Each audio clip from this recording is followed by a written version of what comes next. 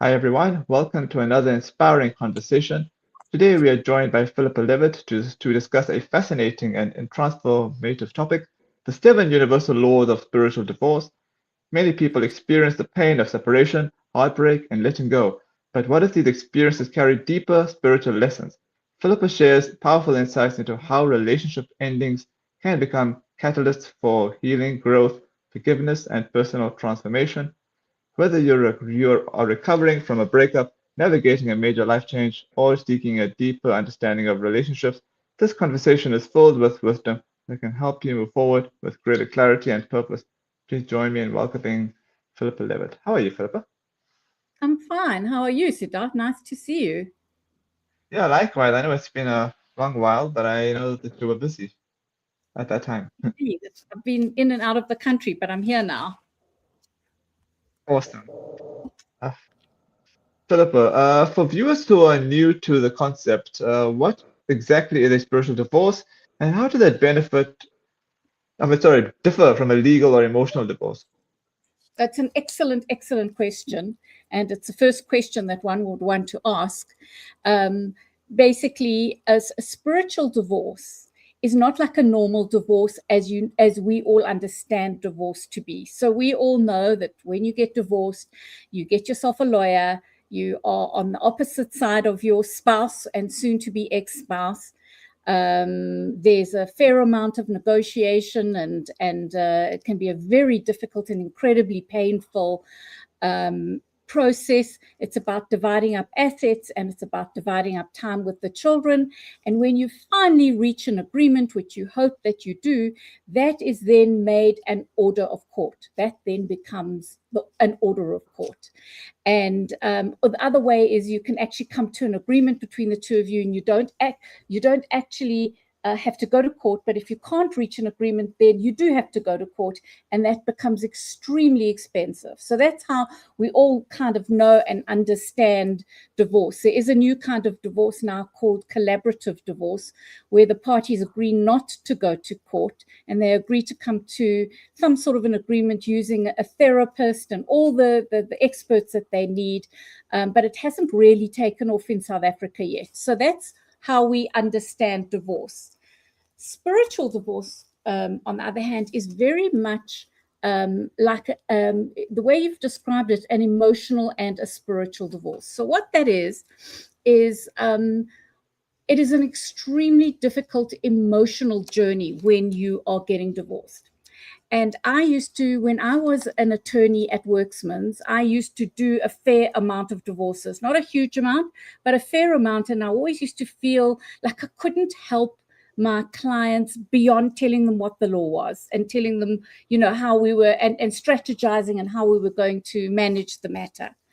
But as after some time, I happened to come across this book called Spiritual Divorce by Debbie Ford, Divorce as a Catalog for an Extraordinary Life. Well, that's really interesting. I wonder what divorce is from a spiritual perspective. I'd love to know. Maybe I can help my clients more. And in fact, I knew somebody who was a friend of mine who was going through a divorce at the time. So I bought the book for her and I read it myself first. And that was when I learned what an emotional and a spiritual divorce was. And I was so incredibly blown away by it that I went to study in San Diego with the woman who wrote the book, Debbie Ford, and became one of only two spiritual divorce coaches in South Africa. So, what really is in essence is we are taking the seven universal or spiritual laws and we are applying them to the process that we are going through. So, step by step, week by week, we are going through a process where we take these universal laws, which incidentally are apply in all areas of our life. I'm going to go through them with you now, and then you'll say, oh my gosh, yes, that's absolutely something I could use in other areas of my life as well. And we're going to take it and apply it to your divorce situation. And perhaps one of the best ways I can describe it is a spiritual divorce and an emotional divorce is a divorce where you are actually divorcing the story that you have been telling yourself about what is going on in this relationship and the ending of this relationship. So it's really taking you to another level so that you can come out with clarity and know the way forward and have a way of not finding yourself caught in the same situation again, in the same relationship again. So it's to give you huge amount of clarity and to support you emotionally, which is what I do through the whole process. That's really what a spiritual divorce is about. And just one other point I want to make, I'm not a therapist. I'm a lawyer, actually, no longer practicing, but I'm not a therapist, and nor are any of the coaches, although some of them actually, quite a lot of therapists did this process. So you can be a therapist, but you don't need to be a therapist. You just need to take the person from stage 1 to stage 2 to stage 3 to stage 4 over a period of between 10 and 12 weeks, and then it's over. Then it is over. Then you leave the person with their notes, with the book. They can go back to it whenever they like. And that's really what it is. So I hope that's a good summary. Awesome. Can you briefly explain the 7 universal laws of spiritual divorce and why understanding them is important for personal growth and healing? Yes. Okay. So I think before explaining what the laws are, that it's a long thing, and what I've tried to do is just take the essence out of each law, so that but obviously I can talk for an hour and a half on each of the laws. And before we even start, what we do is this, and it's really in and of itself pretty therapeutic. We begin by unconcealing that relationship story. So what do I mean by that? I ask people who are doing this process with me to buy a journal, and a beautiful journal that they find at at P&A or Exclusive Books, or whatever, something that they want to write in, and that becomes their private journal. And what they do with that is they write down their entire story. So we guide them, taking them through certain questions and taking them along the path of how they got into this relationship and how they made their way through this relationship. And what it does is it reveals the thoughts, the beliefs, the fears, the habits, the blame, the resentments that tend to keep one's story in place, and that causes so much of the pain. But at this stage, Siddharth, what we do is we ask people to feel whatever they are feeling. We don't tell them to be not when they write their story down. It's only for them and me if they want to, but it's only for them. And they have to sort of like, I don't want them to be politically correct. I don't want them to say, oh, I know what the lesson of this is. I want them to write down the raw, terrible feelings that they have, the anger, the desire to murder the person, not literally. I want them to really get it all out on paper. It's an incredibly therapeutic thing to do, because we have a principle in this work, which is that you can't heal what you can't feel. Okay, so if you can't, so many of us have learned over time to push our feelings down, to push them away. We judge our feelings. We judge some feelings as good and some feelings as bad. And then we don't allow ourselves to actually express the ones that we think are bad. So in this process, we kind of like almost ask you to think like you're a baby. If you find a newborn baby, they go from anger and rage in 1 minute to gurgling and happy in the next minute. They don't hold back on their emotions. They don't have the cognitive ability to stop themselves from saying or doing anything. So we really ask people to, excuse the expression, vomit the whole thing out on paper. And I must tell you, sometimes I get 3 or 4 pages. And other times I get 30 pages, but it's entirely up to you what you want to write. And so that is the first stage before we apply the spiritual laws, before we start to look at them. And I'm about to go to the first spiritual or universal law. But as I say, we do first have to have the entire story there. Okay, any questions so far? Anything that's coming up for you? No, it's all good, hey? Uh, Many people struggle to let go after a relationship ends. Which of the five laws is often the most difficult for people to accept, and why?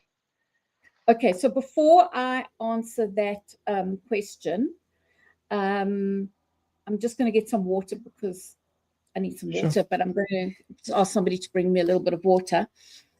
Before I answer that question, let me go into the 7 laws. Okay, let me go into them, and then as I speak, you'll get an idea of what the answer is, and then I will answer it directly at the end. Is that okay with you? Sure. And honestly, if anything comes up, don't hesitate to ask me a question. Okay. By the way, when this book was written by Debbie Ford, who is unfortunately, she died in 2012. She was a beautiful youngish woman, and she died of cancer. It was greatly sad. But when she did this, she was on all the top sort of TV shows. She spoke at the First Wives Club. She started something, I think, called that, or maybe someone else started it. But she coached through this process some very famous people and Hollywood stars who were going through their divorce, and they did this exact thing. And when she did this training with them, or this coaching with them, she had to sign a document to say that she would not disclose who she was coaching or what was in the coaching. Obviously, this is very much a private process with someone. And in fact, if I bump into somebody while I'm coaching them, say if they live in the same town as me, often they don't. I don't even go up to them and say, hello, how are you? Because it is completely and utterly confidential when you're doing this sort of work with someone. There's a book called Spiritual Divorce, Divorce as a Catalyst for an Extraordinary Life, as I mentioned to you. People don't even want to leave it lying around their house if they're still living at home with their husband, because their husband or their wives, they don't want people, their partner, to know that they're really trying to understand what is going on from a spiritual perspective.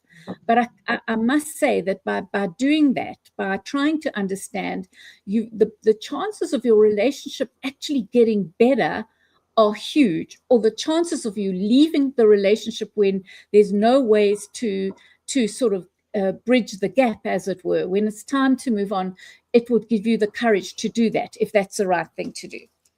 Okay, so I'm going to begin with the first law, the first universal law. And the first universal law is the law of acceptance. Okay, so I'm going to give you a little definition of acceptance now, and then we can work from that. What is acceptance? What do I mean by acceptance? What is it that we're meant to accept? So acceptance is simply being able to recognize, acknowledge, and be with the fact of what is true in your life, with no story, no blame, and no drama. So when you are able to just be with what is, without the whole story around it, the blame, the drama, he said, she said, just the facts, we are no longer together, could land up being the only fact coming out of that. Then all you have to do is work on accepting just the fact. And let me explain that to you why. So why that is the case. So we teach people, so they've just written their whole story out.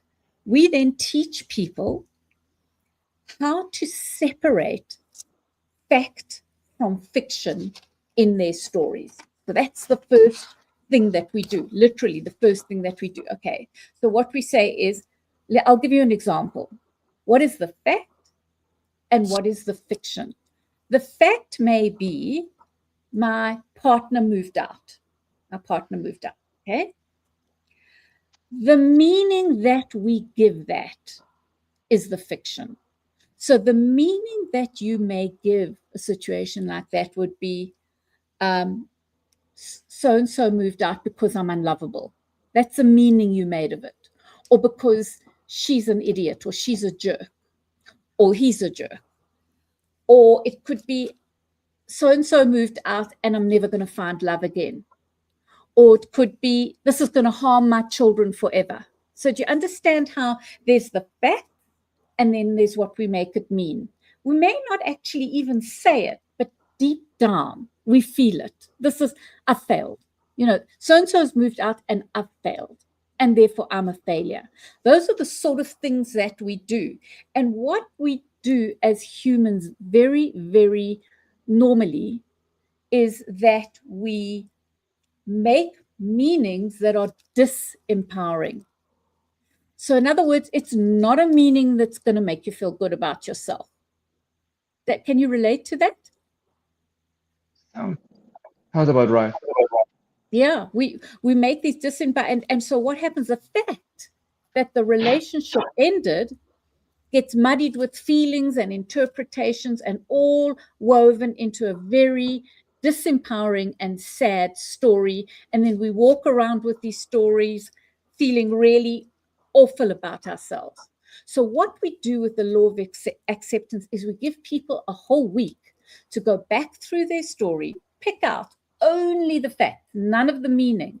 And then you'd be surprised how few facts there actually are. And then they spend the whole week going through those facts every night, making a list of the facts and working on what do I need to do to accept this fact. So that is the law of acceptance. That is the first step in moving on from the trauma of this breakup. Then the next one that we look at is the law of surrender. And that is really when we stop resisting and surrender to a situation exactly as it is. That is when things begin to change. And, you know, when you hear the word surrender, what do you think of? What comes to mind? For most people, the word surrender means I give up. Right? If you think of all the things we think it means give up.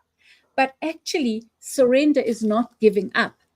It's actually an act of incredible courage because it requires that you trust. And I suppose the best way that I can actually describe this to you would be if you think that you say that there is a river and you're swimming in the river and you are trying to swim upstream. The more you resist the circumstances of that, the more you try to swim upstream when the river's going in the opposite direction, then what happens is you actually land up being exhausted and you are eventually overpowered. If something is going in a particular direction, resisting it and going up against it is really quite a dangerous thing because you just land up exhausted.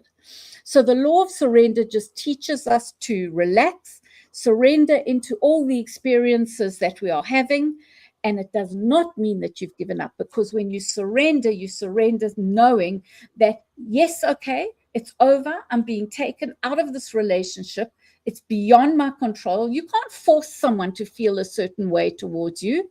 You can't. You can rather surrender, let it go, and trust that there's someone there out there for you who really does care about you and who really will want to be with you, even though you can't see it in the future. You can't actually see into the future, but it's about developing some kind of a sense within you that this is actually going to be okay, and that on some level, this is in my highest interest. Are you with me? Yep. So obviously we go much deeper into this, but that's basically what surrender is about. Then we look at the law of divine guidance, which is now I think it's a third main law. And this is where we bring in spirituality. Now, all of us come from different religions. We don't all believe in the same thing. And so we really don't prescribe to anybody what they must believe, ever, obviously. But whether you think of it as God or the universe or Jesus or Muhammad or Hashem, it doesn't matter what you think. All that matters is understanding that there is something that is bigger than you. And I think most people feel pretty comfortable with that. Most people say, yeah, no, I mean, I realize there's more to life than just myself. And in fact, what we're asking you to do is to be humble enough to ask for help. Because what we tend to do is we just want to be the general manager of the universe, all of us. I want to control everything, right? I must be in control, and I'm the general manager of the universe, and we're not. So this is about calling in help and saying, I don't know what to do next. I've let go. I'm going in a direction that I didn't think I would ever go in. This relationship is over. Help. I need help. I don't know where to go next. That takes something we refer to as humility. And that humility opens the door for something more to step in. And I have to tell you that I've actually seen this in my life before, and certainly when I was doing this process. It was quite amazing how when you think, I want this to happen, and then you actually just say, you know what, if it's meant to happen, it'll happen. And that's when it happens. It's quite remarkable. It's being humble enough to say, if it's meant to happen, it will happen. And that is really the law of divine guidance. You can't see the big picture. None of us can see the big picture. I mean, you can only look back on your life and say, oh, my God, when that happened, I thought it was absolutely terrible. Now I see it was actually something quite good. Are you with me still? Yeah, 100%. Okay, I'm going through the whole thing with you, so it's a lot. Next, we look at something which we call the law of responsibility. And this, for me, is now something where we've asked you to accept, we've asked you to stop resisting, surrender, let go, go with the flow, call in divine help. But now is a turning point in the process. And it happens at about week 4, actually. And it's the law of responsibility. And what we really say is, okay, now we can look at how we, that's me or you, participated in and co-created this situation. So you may say, and actually you can start to see how you actually chose the perfect partner to teach you the perfect lesson. That's a heck of a thing to say. You must agree with me. So what happens is we tend to blame the other person for everything that's happened. And it's very hard for us to take responsibility and say, oh, no, actually, you know what? If I hadn't done that, or if I had done that, this would not have happened. It's very, very difficult for us to take responsibility. But when you are blaming the other person for everything, time to look at yourself. And that's what the law of responsibility says. That is what we mean by co-creation. Okay, so what do I mean by co-creation? Maybe you were attracted to someone for all the wrong reasons. You knew when you went in with someone that they had a reputation for being whatever, but you thought, oh, no, they won't be like that with me. Or you noticed that they lied a lot. Just as an example, it's literally coming out of my head. They lied a lot and you say, oh, well, with me, they'll tell the truth, or it'll be fine. So you stepped over red flags that you should have seen. That is one of the ways that we co-create our position. There's another way. Maybe we don't acknowledge our power as a co-creator or as a partner with someone. So you always leave it up to the other person to do whatever. You don't feel like doing it, or you leave it to them to do. You're not stepping into your power of who you are. That doesn't end up very well. Very often you land up then being pushed and pushed and pushed and pushed. Whereas right at the beginning, you needed to have spoken up for yourself. People, especially as women, and this isn't only for women, it's for everyone, especially as women, we tend to, we like harmony. We don't like fighting. Some of us do, but some of us don't. So we keep quiet and we let things slide and we let things happen instead of actually putting in boundaries early on, really early on. We do it with our kids as well. And so it's really about stepping into your power. There are other ways. You may, when you married your wife, have been attractive, hardworking, excited about the future. And then you get married, and year by year, you spend more and more time in front of the TV watching sport, eating whatever you could, become a total couch potato. From being, head of a team, you're now a couch potato at school. Suddenly, and you just don't, you change, and you're not trying anymore to be anything. And perhaps that's what's causing the problem. So you can see, or part of the problem, you can see it's like a co-creation. We kind of do that together. So that is a way in which we co-create. And when you are able to go into that, what you are going to see, Siddharth, is this. Mm-hmm. Underlying that co-creation, you're taking, say, for example, taking no responsibility.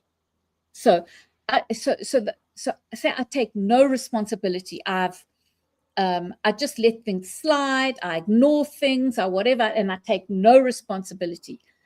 Underlying that is something which we call a shadow belief. Now, these shadow beliefs are incredibly powerful. And if you can uncover your shadow belief, I can tell you can change your life. Okay? And you ask me, how does this help you lead a better life? Just getting one of these things is enough to transform your life. So what is a shadow belief? I'm going to give you two very, very common shadow beliefs. The one is, I am not good enough. And another one is, I don't matter. And those shadow beliefs come to us from when we are very, very young, before we really consciously know what we're doing. So probably under 5. You're in your family, you've got an older brother or sister, and they say, shut up, you don't know what you're doing, or whatever. I mean, you see it all the time. And that little child makes a decision about themselves, which is, I'm not good enough, or I don't matter. My needs don't matter. Sometimes it comes from your siblings, sometimes it comes from your parents, sometimes it comes from your friend. So we have these little beliefs deep inside of us. And that shadow belief, this is quite complex, so I'm just mentioning it briefly. That shadow belief is what drives you to say, no, I do matter.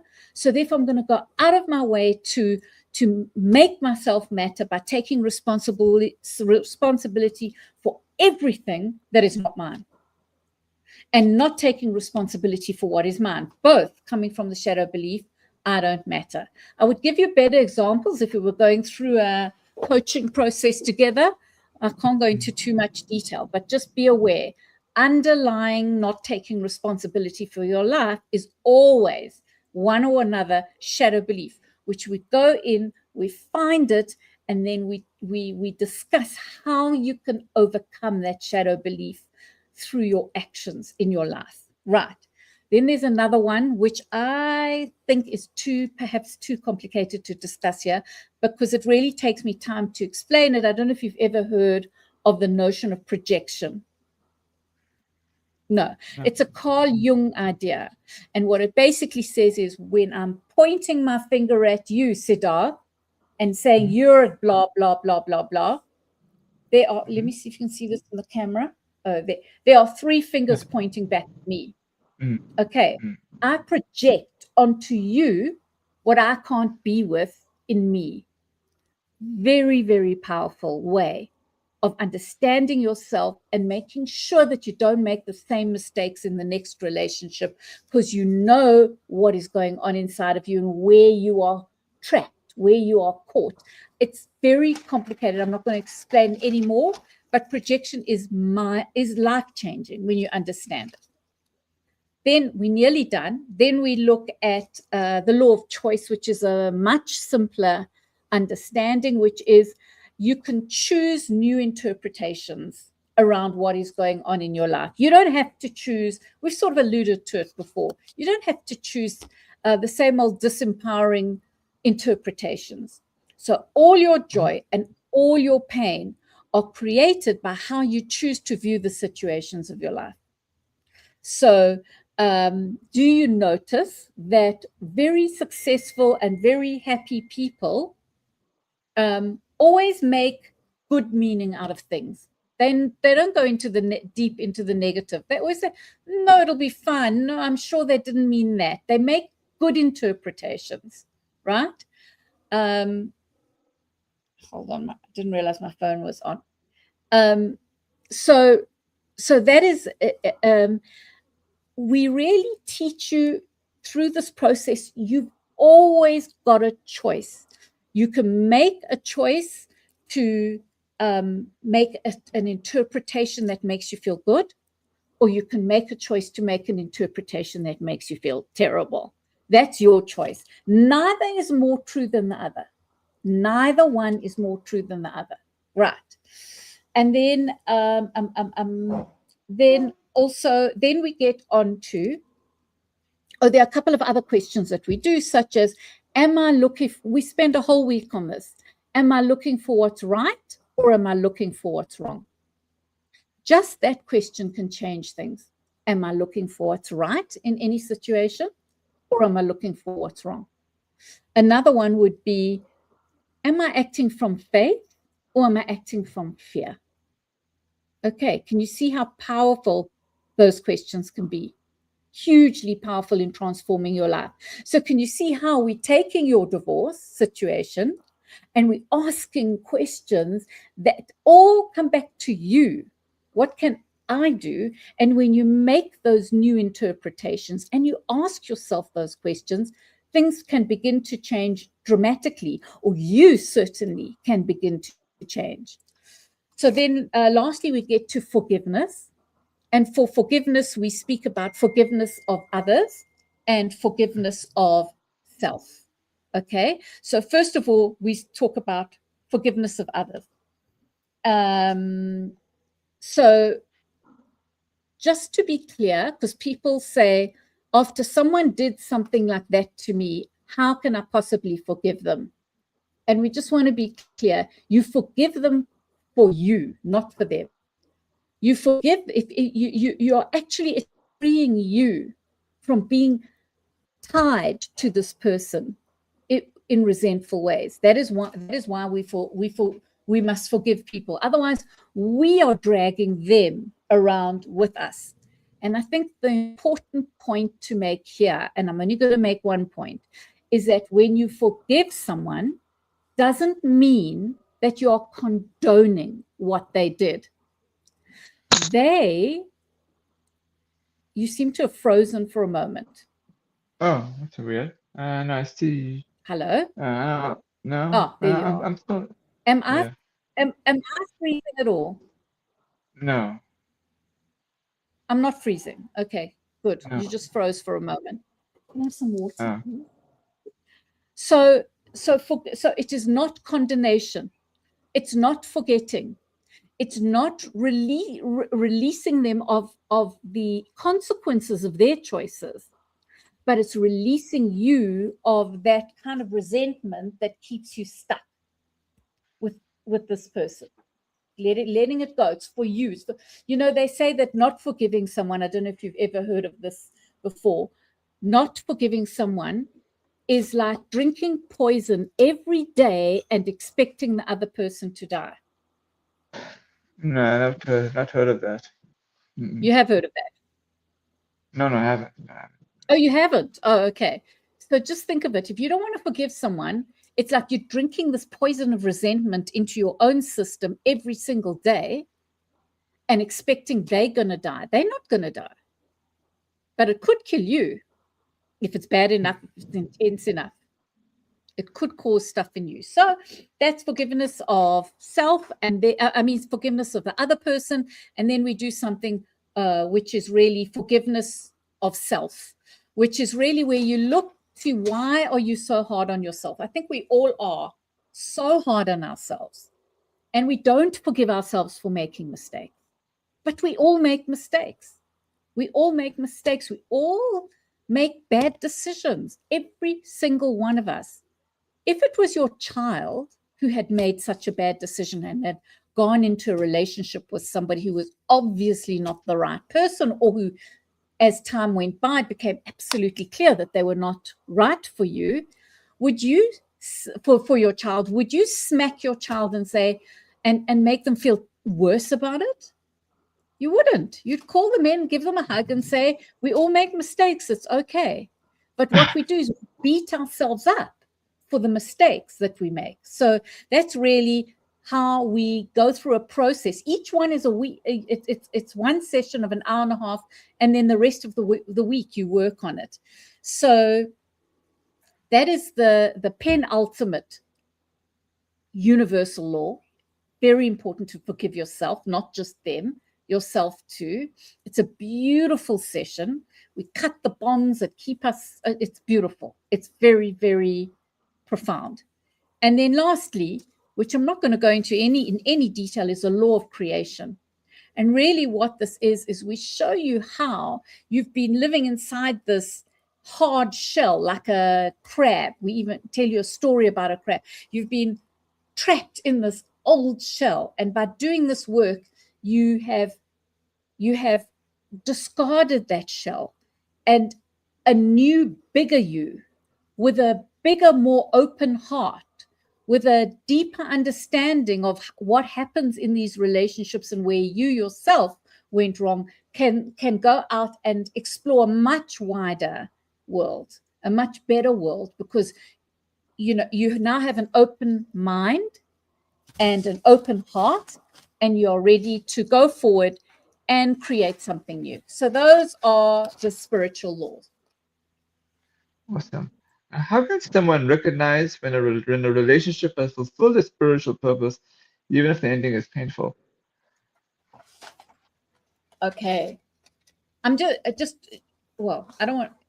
Have you ever been in a relationship which has ended, and it was painful, even when you were much younger? Yeah. Yeah, I think we all have. Mm. Absolutely. So I would say unequivocally that after going through the 7 universal laws and applying them in your relationship, and then hopefully applying them into your life as well, and any future relationship as well, then you will have got the spiritual lesson that relationship came into your life to show you. But what often happens, Siddharth, it's really interesting. What often happens is this. People land up going into the same sort of relationship again and again and again. That's why it's actually so important to do this work. And they don't know why. So let's just take an extreme example. What if you keep on being attracted to people who are narcissists? Right? Like you say, I will never be in another relationship. You break up with somebody, I will never be in another relationship with somebody who's such a narcissist. It's all about them. It's all about them. I'm not going to go into that relationship, a relationship with a narcissist again. Then along comes someone else, and they appear to be the exact opposite of a narcissist. They seem to be caring about you and interested in you, and it's not all about them. And you think, I found the opposite. But as time goes by, you start to realize that actually it's just the same person, just slightly dressed up slightly differently, a little bit more subtle. And you realize you've made the same mistake again. So in relation to your question, like, how do you know you're done, say, with narcissists, making that same mistake again and again? There's a beautiful little poem by Portia Nelson, very short. And she says it's actually like it's meant to be like a little book. And this is chapter 1. I have to read it, okay? I walk down the street. There's a deep hole in the sidewalk. I fall in. I'm lost. I'm hopeless. It isn't my fault. It takes forever to find my way out. Chapter 2. I walk down the same street. There's a deep hole in the sidewalk. I pretend I don't see it this time. I fall in again. Can't believe I'm in the same place, but it isn't my fault. It still takes a long time to get out.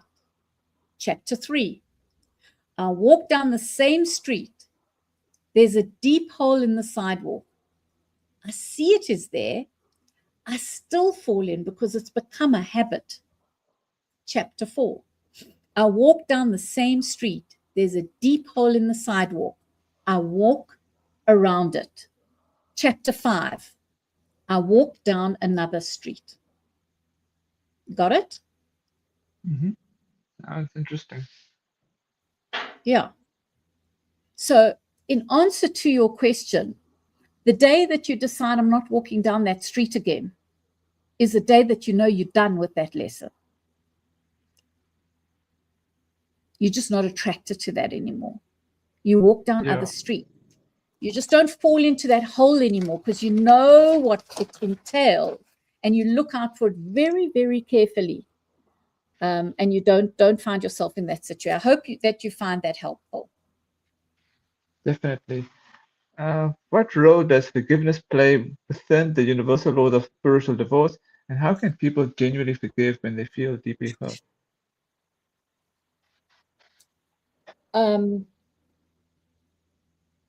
It's a very, very good question. How can you genuinely forgive when somebody's really hurt you, messed up your life to some extent? That's how it feels. Although that's a very disempowering meaning, because at the end of the day, every moment you can start from scratch. But let's take it like that. When you understand the person who's hurt you, when you understand their story, so we've only spoken about our story.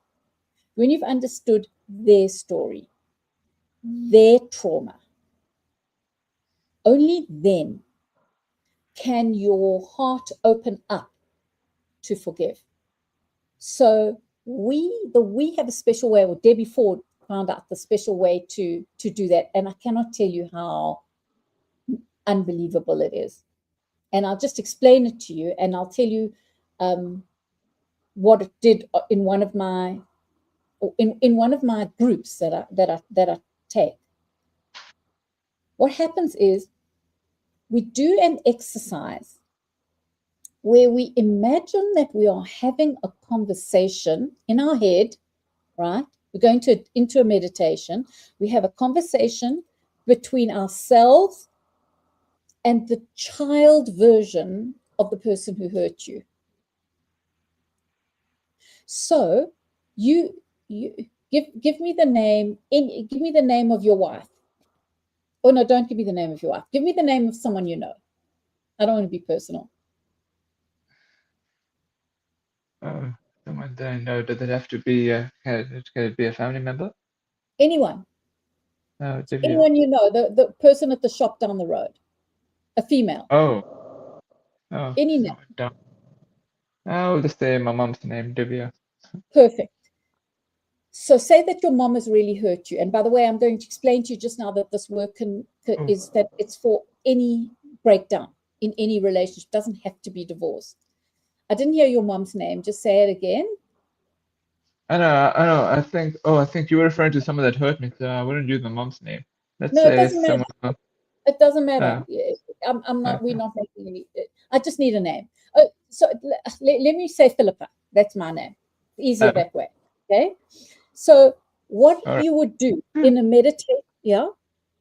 Oh, thought you were going to say something. In a meditation No. in a meditation, I would take you into quite a deep meditation where you would imagine me, Philippa, as a little girl, not more than 6 or 7. And you would have a conversation with this little girl and ask her what hurt her so much that she's now today hurting you. Ask her to tell you what her pain is and what her trauma is. And very often, if it's somebody that we know, which obviously it always would be, we know deep down what their pain and their trauma is. We actually know it. And so you then imagine them telling you what that is. And you in turn tell them how they've hurt you, how deeply they've hurt you. You get it all out. Now, it's deeply transformative, this. And then at the end of it, you cut the cord of resentment that goes between you, and we imagine a cord going between you, and we cut it. I have to tell you that I once had, in one of my groups, one of the participants said to me, Philippa, how can you forgive a parent who abused you? She said, my father sexually abused me from the age of 6 to 12, say. How can I ever forgive him? So I said to her, and so she was working with her father and her husband. I said to her, I cannot tell you how to forgive him because I've never had that happen to me. So I can't tell you how to forgive him. But I just want you to go through this process with me and be willing to go through this process and say what needs to be said and cut the cord. And that's all you can do. I can't tell you how, but that's all that you can do. She came back the next week into our group. It was at a lawyer's office because we were doing all the ladies who were going through a divorce, that particular thing. And she said, do you know, I had not spoken to my father for 4 years. And after last week, he called me and apologized to me for what happened. Now, he did not know that she had done that process with us. He had no idea. But on some very deep level, he picked up that she was ready to move forward with her life. Wow. What do you think of that? Powerful. For me, it was the most powerful thing. It's not like she phoned him and told him. He phoned her for the first time in 4 years and spoke about it. And he had no clue what we were doing in that session. And she didn't phone him afterwards and say, Daddy, this. He just picked up on it. So these are powerful processes designed by Debbie Ford, who I have to say is arguably the most powerful person I ever met in my life. She was absolutely brilliant and brilliant at this sort of work. Anyhow, so that's that. So yeah, so that's really what I want to say. If the person, you just need to be willing to forgive and go through the process, and it can begin to shift the entire terrain. Awesome. Do these laws only apply to romantic relationships, or can they also help us navigate family conflicts, friendships, and professional relationships? So these laws apply to any and all relationships. And I've worked with people who want to work with a parent, a sibling, certainly even professional relationships. But when you ask, one has to be careful with professional relationships. And the reason is that if you're still in the same business and you're still seeing them every day, it can be very difficult to move on if you're still getting the same issue again and again. What are some common mistakes people make that keep them spiritually attached to a past relationship long after it has ended? Okay, and I guess this brings me to what I just said about working in the same office. It's true also for living in the same home. So I have often coached people who they don't have the finances to move out, but they still want to do this process. Okay, but they can't. So they're still living in the same house. So every day when they wake up, they might be in a different room. They usually are. They bump into their ex or their spouse. And it's very difficult to move on when you're still living under the same roof, I have to tell you, very, because you keep on being called back into that space that caused you to want to leave. And the other thing that I want to say is that very often I would come across somebody and they would spend so much time on social media, really stalking their ex. And that also holds you back. That's a very common mistake that makes it hard to move on. So I would advise them not to do that. How can individuals transform heartbreak into an opportunity for self-discovery, empowerment, and spiritual evolution? Okay. So each of the sessions that I've mentioned to you, one after the other, give you an opportunity for self-discovery, empowerment, and spiritual evolution. That's what this is all about. So simply by going through this process, we can certainly move to a better place. And the way that this work works and the way that I work is that we work on 3 levels. So the first level is I speak to your mind. Like now, I'm giving you a concept, I'm telling you, and I'm talking to your mind at this point in time. Then we do a guided meditation, and I try and I encourage you to get into your heart, where you can really feel what you're feeling. And then there's a third level, which happens during the week. And we refer to that as an action step. And what that is when you're in your meditation, we ask you things like, what can you do this week that will, what can you do this week that will get you to, what can you do that can take that lesson you've just heard into your life? What's your action step? What can you do? Can you write a letter to someone? Can you pick up the phone to someone and say how you feel? What can you do? So that is the action step. Okay, have you witnessed any remarkable real-life examples of people applying these laws and completely transforming their lives as a result? Yes, very much so. So it really, at the end of the day, it's up to the person that I'm working with. I am just a facilitator. So if they are really ready to grow and move and go further, if they are ready to try and forgive, even though they don't know how to, take responsibility, working with their shadow beliefs, taking action from a place of empowerment, when they are prepared to do that, to live with this new sort of courage and clarity, then there can be a complete transformation or even an ongoing transformation. So, I leave them with the book, with everything, and they know exactly what to do.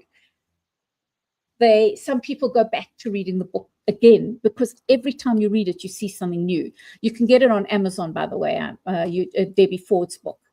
And so really that is really what happens. there have been some remarkable turnarounds. Some people have left their relationship that they'd been in for a long time and wanted to.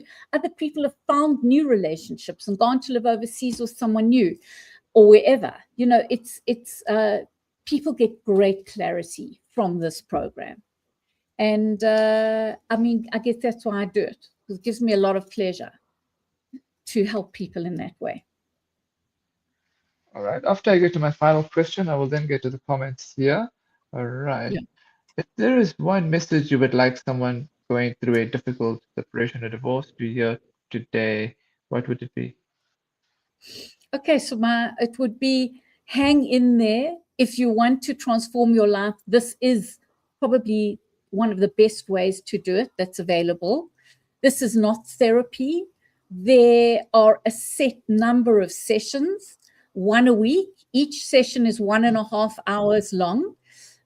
Coaching is not therapy. And as I said, I'm not a therapist. But if you want to get to a better place, and you're prepared to do what it takes to do it, this is the way to do it. And I would encourage anybody to buy the book. As I said, if you're interested in getting coaching from me, I can give you my email address with pleasure, and I can let you know what the cost is and when I have availability. Awesome. And we can discuss it further to make sure that it is for you and that you are ready to go on this journey. All right, I'll get to the first comment question here. This is from Justin Rishika. Hi, Philippa. Divorce or a breakup can be emotionally, mentally, and physically draining. Staying in an abusive marriage can cost you your life. In order to self-heal, detachment is best for peace. Is that a question? I think it's more of a comment. I don't know if you agree with that comment or not. So yes. So first of all, what I would say is I would never advise somebody to stay in an abusive relationship. That's not being kind to you. There has to be a way that you have got the courage to leave an abusive relationship. And I'm sure you would be surprised. You would be surprised at how many people around you would be really happy to come in and give you the support that you need until you are on your feet again. I think detachment, yes. In the beginning, you may find it is just too painful for you to allow yourself to feel. But if you do that properly, if you allow yourself the emotions that the moment you detach or you push an emotion away, it's like a child that's looking for attention, and it just gets louder and louder and jumping up and down and trying to get your attention. There has to be a way of really allowing that in and working with that emotion. And there are some wonderful books on that. There's a book called Healing Through the Dark Emotions, one of the best books that I have ever read. Well worth looking at that. But it is also true that when people are going through absolutely shocking and untenable situations, it is a protective mechanism to detach in the moment. But you can't spend the rest of your life detaching from a situation you're in. So best that you detach to protect yourself, but then going forward, you need to go in and deal with it, preferably with a therapist. It's somebody who really can take you through that. Yeah. Yeah, okay, there's one more here. I think it's just another comment here. Hi, Philippa. It also depends on the mindset of a person when it comes to understanding in a relationship. Yeah, I mean, I don't know if they mean the mindset of sure, but I'm not sure what the point is Okay, that is I being think made here. yeah, Maybe you can just yeah, I think so. elaborate a little bit on what you mean. I know, I think my theory is that, oh, sorry, no, I think my theory is that when she put this comment sorry, she was probably referring to one of the points you had made during the chat. So I think that's what she put that comment Shame, regarding. No. I'm so glad that you were listening and that you had comments to make. It's really interesting, and if you want to read further on this, you're welcome to get the book. It's well worth reading. When I read that book, I thought, oh my God, this woman is absolutely brilliant. I felt like she had been walking around in the mind of myself and all of the people whose divorces I did. Like she knew us. She knew what we were going through in these difficult situations. So yes, get the book if you want to, and it'll help you with your mindset, so that your mindset is one of, okay, I'm going to take this situation and I'm going to transform my life one little step at a time, one idea at a time, one day at a time. And if you'd like to be coached through it, then you'll let me know. Thanks so much for your time. Oh, is that it? Okay. Yeah. It's a pleasure. It's a pleasure. Thanks for your time too. And you'll send me the link once it's afterwards. Yeah. Okay. All right. Thank you.